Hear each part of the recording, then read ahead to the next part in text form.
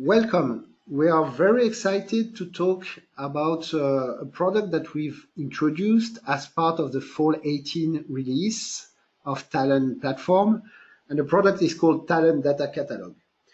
It's a core component within this new release, which overall helps our customer to deliver insight ready at scale so that they can make better and faster decisions and spend less time looking for data or making decisions with incomplete data.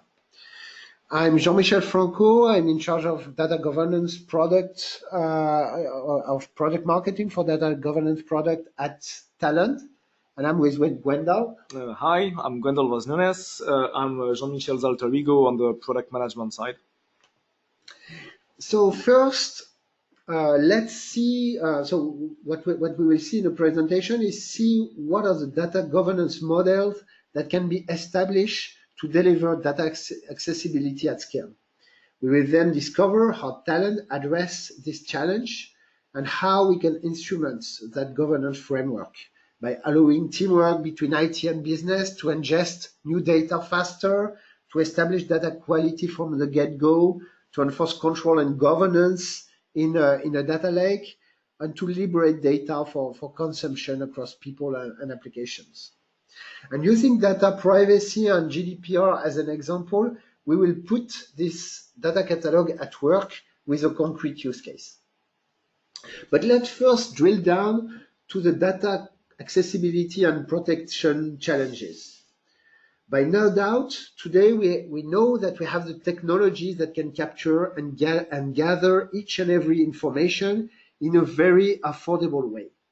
However, the road to insight is still a long and winding road, now that we realize that this data sprawl is here to stay. Everyone in a company is facing a data backlog. It takes weeks for IT teams to publish new data sources in data warehouse or data lakes. And it takes hours for a line of business workers or a data scientist to find, understand, and put all that data in context. Finally, research like IDC found that only 19% of the time spent by data professionals and by business users can really be dedicated to analyzing information and delivering valuable business outcomes. Add to that a governance challenge with this data sprawl. There's a growing risk caused by the loss of control of the data, the data breaches, the compliance fines with the new data privacy regulations, or misinformed decision in machine learning environments. In fact, we've seen a similar content sprawl already with the internet, where suddenly it was almost free and very easy for anyone to produce large amounts of data. And with this web economy, we've learned that the winners are the ones that establish themselves as a single point of access to information in their categories.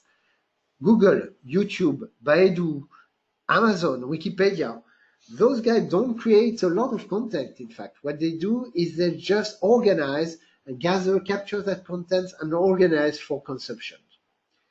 Now that our data economy and data landscape is exposed to a similar sprawl, organization has to establish the same single source of access for their data. We need to do a much better job at organizing data to make it much more widely accessible. And at the same time, we need to protect it, because the more we can extract value from data, the more we need to build firewalls against unintended or malicious usage. This is what modern data governance is all about. It's all about minimizing the risk and maximizing the usage of data. In this context, the traditional authoritative data governance approach failed to deliver. There's a need for a much more agile approach, a bottom-up approach that can start with the raw data, that can find out its meaning, that can then take control of its data quality and security, and finally organize it for massive consumption. And actually, this is the promise of data catalogs. Being able to leverage modern technology like the smart semantics, like machine learning, to organize data at scale, and then turn data governance into a team play by engaging anyone for social curation. So welcome to Data Catalog. So this is the goal. The objective is to create a single source of trusted data for anyone in a company. It's a win-win because both for the business that can find the right data in just a few clicks, and also for IT and the Office of the Chief Data Officer, who can control data better and improve data governance. So how do we achieve that with the data catalog? And this is what also we will show during the demo. First, the data catalog crawls your data landscape and uses machine learning and smart semantics to automatically discover all the data. It will index your data lake, your SaaS application, your cloud and on-premises data warehouses, and so on. Second, data governance becomes a team sport through collaboration so that we can improve data accessibility, accuracy, data protection, and business relevance of data with a business glossary. Data catalog thereby supports data privacy and regulatory compliance through data lineage, tracking, versioning, and audit trails. And third, data consumer can find, can understand, can use, can share the trusted data in a much more faster and easy way. Data catalog makes it easy to search data and visually present data relationships. Then we can verify its validity before sharing with peers. In addition, it provides a collaborative user experience that allows anyone to contribute to improve the metadata and business glossary information. Overall, the benefit is that up to 80% of the information that is associated with your data can be documented automatically and kept up to date through smart relationships and machine learning. And so this guarantees that you can continually deliver the most meaningful and accurate data to your business users. So let's now see how it runs through the demo. Gwendol. Yeah, thank you, Jean-Michel. So time for the demo. Just a bit of storytelling before I get started. I'll go through a very classical customer 360-degree view on a data lake while complying with the various regulations. So for the story, we are a retail company and I'm a data steward, and I'll be in charge of making sure that we enforce all the regulations correctly, and especially when it comes to respecting personal information. So the demo will be threefold. The very first part will be around discovering the data. So using the data catalog, I will show how you can make surface new data assets coming into your lake and getting an understanding of what the data is about and making sure that it complies with your regulations. Then for the second step of the demo, I'll move away from the data catalog and I'll see how you can actually act on the data, curate your data using Talent Studio and using Talent Data Stewardship, so that I can remediate the data issues I found in the first place. And as the third step of the demo, I will then explore all my data set inventory through the catalog again, so that I can make sure that there are no remaining issues when it comes to data privacy across the whole data lake.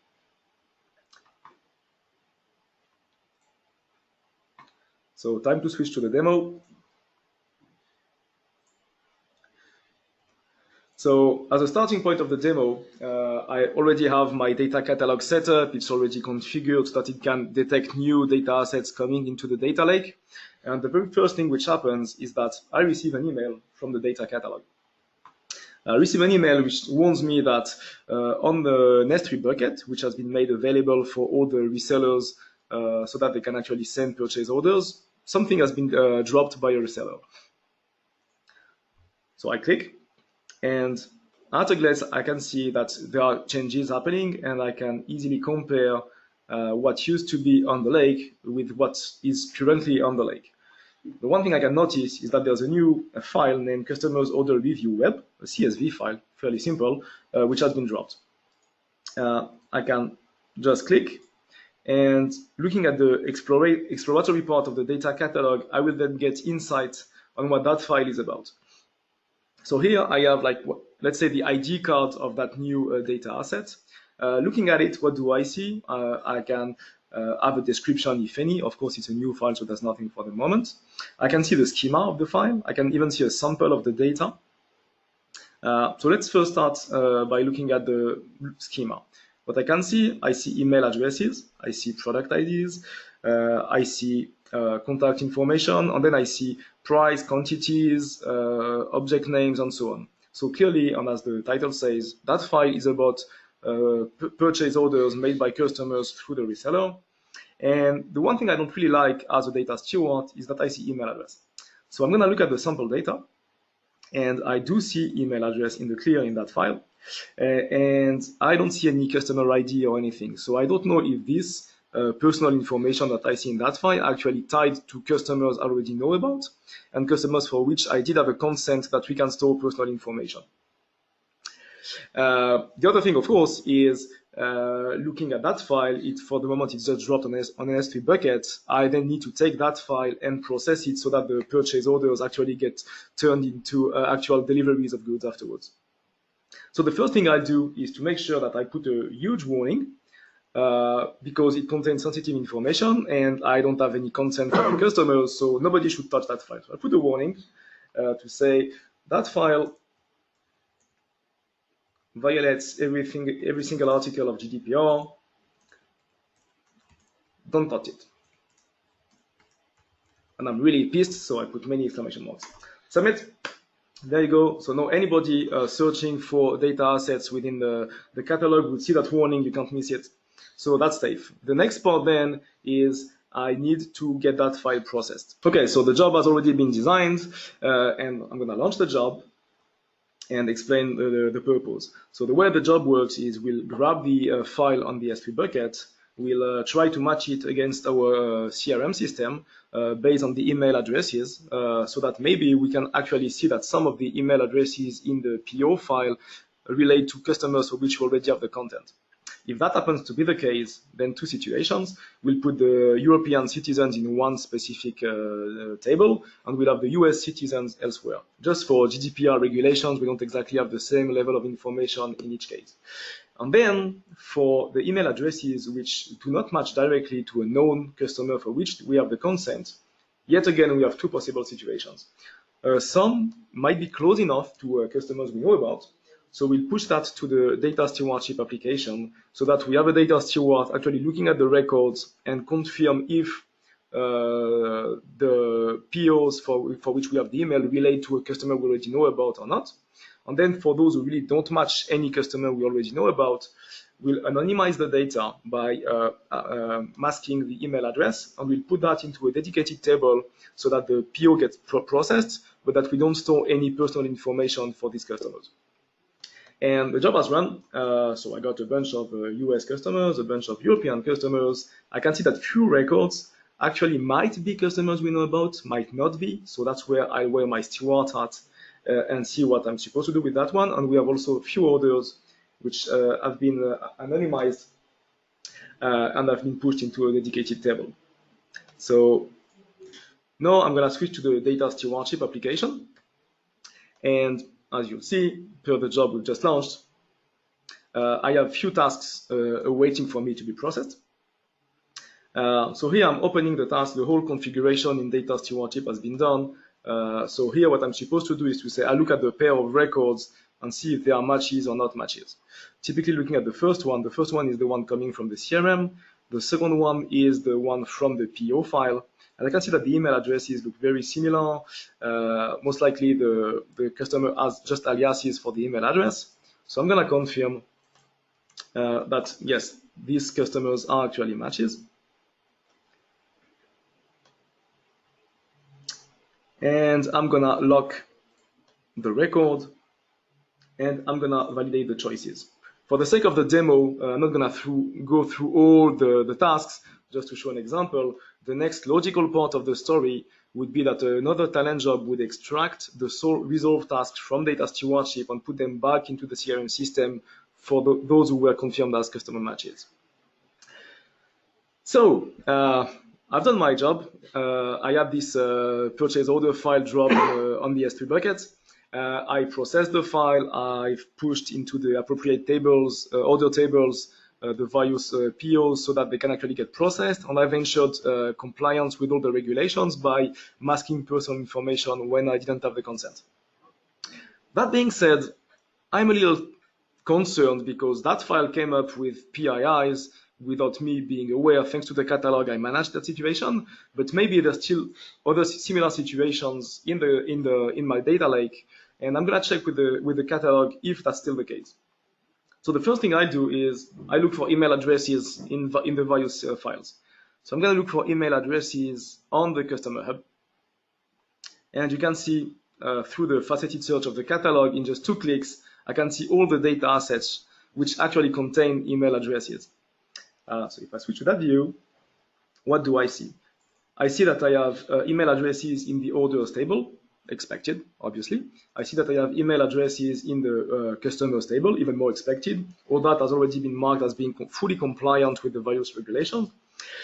And what I see here is that I have email addresses in the new anonymized orders table that I just created. So let's check what we actually have in that one.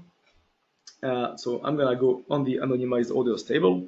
And similarly to the CSV file that was dropped on the S3 bucket at the very beginning of the demo, I get the very same view for that table. I get the view on the schema, I get a view on the sample of data, and so on and so forth.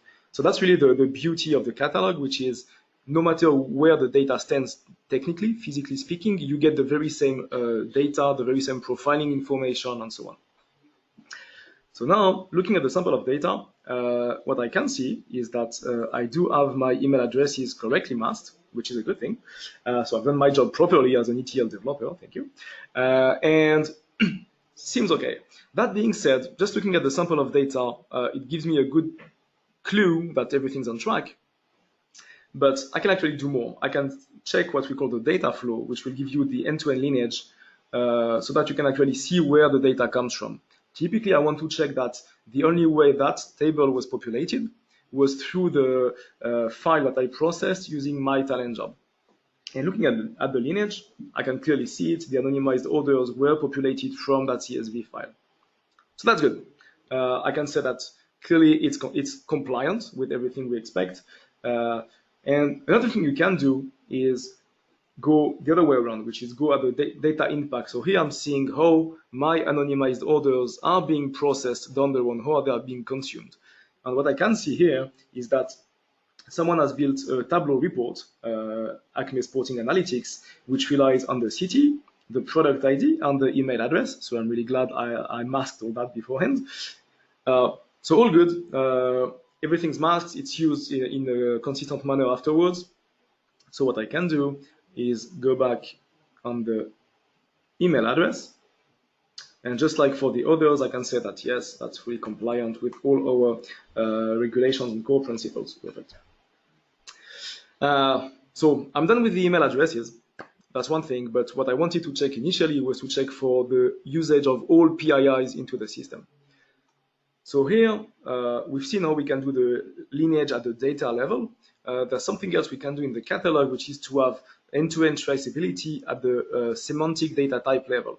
So I'm going on the semantic flow of the email address, and the way I've set up the catalog is that I've defined what are considered to be PII. Of course, an email address is a PII, and we can see all the instances of email addresses in the system. What I want to check is for all the PIIs in the system. So here I'm going at the PII business glossary term, and I want to see the semantic flow for all the PIIs. What do I see? I see that PIIs, the example is a bit naive and simple, just for the demo's sake.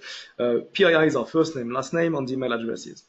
First name and last name are just in the customer table, expected, no problem with that one. Email addresses, I have actually 4 instances. Let me zoom in. I have email addresses in the customers table, in the orders table, in the anonymized orders, which I just looked at and confirmed that it was fully compliant. So that way, by having a look at that diagram, I can see that all the PIIs in the whole system, on the whole lake, are actually completely conform to the various regulations. And that's the moment as a data steward, I can breathe and say, okay, I'm fully doing my job correctly, I'm fully compliant with the various regulations, so all good. And that concludes the demo. Okay, so let's just wrap up on what Gwendal has shown. So in this scenario, at the very beginning, he didn't even know about this new data that requires his attention. He was alerted by the data catalog that a new data source has entered, and then he could discover it. And this data might have been introduced, for example, by a data scientist. No one has documented, but the data catalog was able to create automatically all this sampling, this profiling, this automatic documentation, so that immediately Gwendal could understand what's in it and could understand that he needed to act because some new PII has been introduced in the data lake without anyone knocking on his door for his attention. So it's a discovery part of the catalog, enable people to know what they don't know. So that was the first part of the demo. Then Gwendal understood he had to act on this information. He had to remediate. So he used annotation within the catalog, and he jumped on to other components of the talent platform, like the studio, like stewardship, to remediate. So that's important to know. We decided to jump out of the catalog to show that we can do more than just look at the data and discover the data. We can also remediate when there is some actions to handle. And by the way, expect in the future to see more and more deeper integration between the different components of the platform so that they can have the catalog in flight within the tools, like for studio or stewardship. Last, once he has remediated, once he has created a job, he could explore. And you see, again, automatically, because the talent job has created links between the S3 files and the customer database, then suddenly it was automatically tracked into the catalog. And so he could go into a holistic journey onto his data to make sure that he was handling all the data that he's accountable for. So this is the last part of the catalog we wanted to demonstrate, this ability to explore, to track and trace, to relate data, and to have an always accurate view of the data. So in that case, it was more a data stewardship scenario, someone who has to take care of the data. But we could have shown similar scenario for people like a data scientist that needs to find the data. So before we wrap up, what are the typical use case for a data catalog? So first, data catalog can bring analytics to a new level. A larger population of people can get right to the point. Now they can access to self-explainable data in just a few clicks. Data owners at the same time can get full control over the data. For example, like in what we've just seen for protecting privacy data in a data lake. Data governance can also help to establish a kind of top-down approach where data consumers like the data scientists or the business analysts can share the data, can share comments, can share warnings, can share recommendation, or can improve the way we can visualize the data relationships between the data sets. Second use case is that data catalog creates a single point of control and help to standardize what's in the data pipelines. So this is a crucial capabilities for data privacy compliance, of course, because there you need to know where are all your data that relates to personal data and how they are processed, how they are shared across your extended enterprise. We also see more and more regulations that calls out for risk data compliance, especially in the field of financial services or in the health science industry. So those require to establish a sound data cataloging practice as well. Last, in this kind of use case, data standardization is a good example for this use case, especially in industry where there are industry standards, such as Accor in insurance or CDISC for health sciences.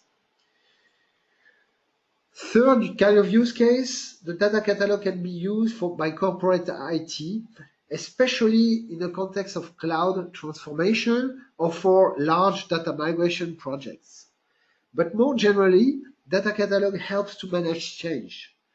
Many of our current customers tell us that the data catalog helps them to implement change, such as relocate a data set or create or change a structure of a table. And you can do it in hours rather than dozens of days because you can analyze the impact immediately. Last, and this is maybe a looking forward kind of use case, what you'll see more and more is in the future is the creation of data marketplace. Data marketplace are leveraging data catalogs, but also API, and with that, they will allow to consume data in an easy and standardized way. So the catalog will allow people to consume data, while the API will allow applications to consume data. Marketplace can be established for certain usage, like analytics, for certain data domains, like customer data, or for certain audience, like data monetization. What's important to understand, and especially if you're familiar with the talent portfolio, is that this data catalog doesn't come from nowhere. What we've done for this release is that we renamed a major new version of Talent Metadata Manager into Talent Data Catalog. So what this means is that this product is backed up by a proven and mature metadata management backbone. We have already more than 30 high-end customers that are using that solution across our region.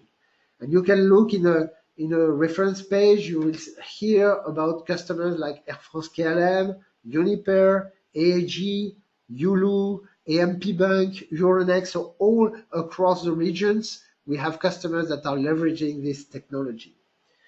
But what's new now is that we combined this rock-solid metadata management backbone with some of our smartest profiling capabilities. You saw that in the demo. That allows to learn and to understand the underlying data in a much more automated and deeper way.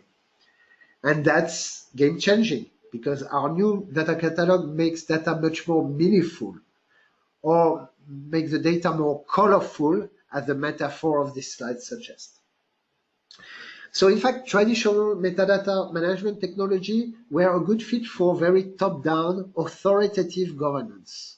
But now, data catalog allows anyone to contribute in the process, tag the data, annotate, approve, add warnings.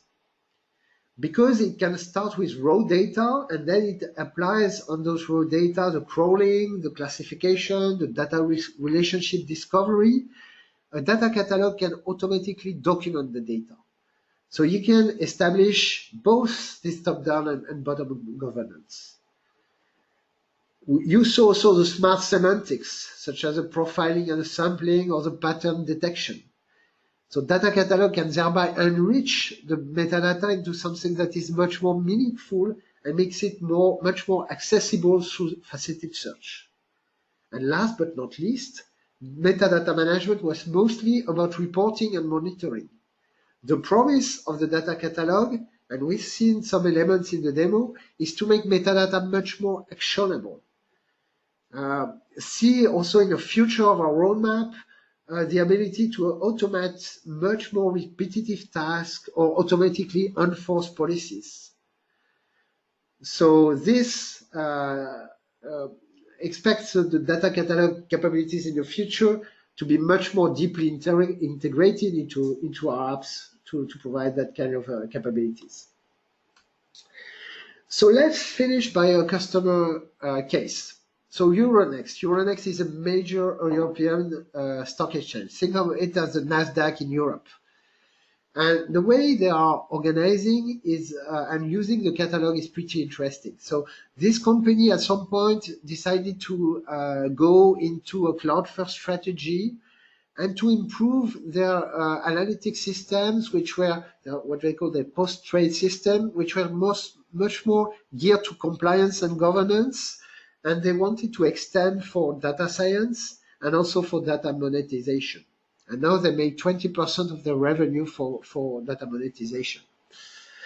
So what the catalog brings is that this allows them to organize at scale. They are heavily regulated industry.